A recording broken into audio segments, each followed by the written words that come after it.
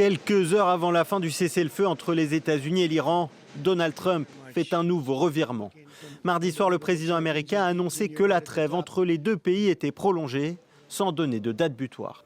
Compte tenu de la profonde division qui règne au sein du gouvernement iranien, situation prévisible, et à la demande du maréchal Hassim Mounir et du Premier ministre pakistanais Shehbaz Sharif, nous avons été priés de suspendre notre attaque contre l'Iran jusqu'à ce que leurs dirigeants et représentants présentent une proposition commune. Pour la deuxième fois consécutive donc, Donald Trump repousse son ultimatum. Une décision que salue le Pakistan, principal médiateur dans cette guerre. Le président américain précise toutefois maintenir le blocus des ports iraniens dans le détroit d'Ormuz. Pour Téhéran, ce blocage est synonyme d'acte de guerre et de violation du cessez-le-feu. Impossible pour les Iraniens de reprendre des négociations à Islamabad.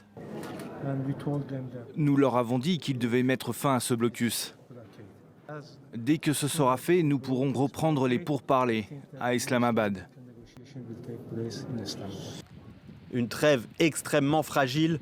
Ce mercredi, un porte-conteneur a été visé par des tirs iraniens au large d'Oman, sans faire de victimes. Quelle réaction à Téhéran après ce nouveau revirement américain? Écoutez sur place, Siamosh Ghazi.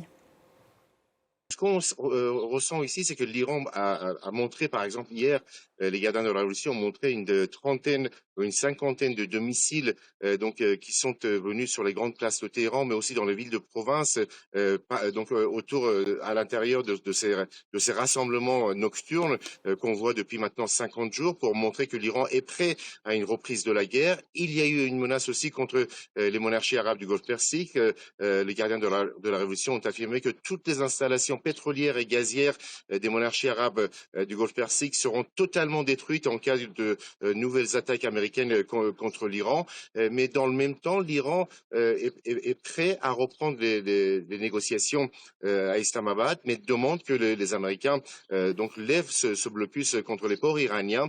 Pour Téhéran, c'est important de ne pas céder face aux pressions américaines, parce que Téhéran estime avoir gagné la guerre, et donc pas question que les Américains imposent leurs conditions pour la reprise des négociations.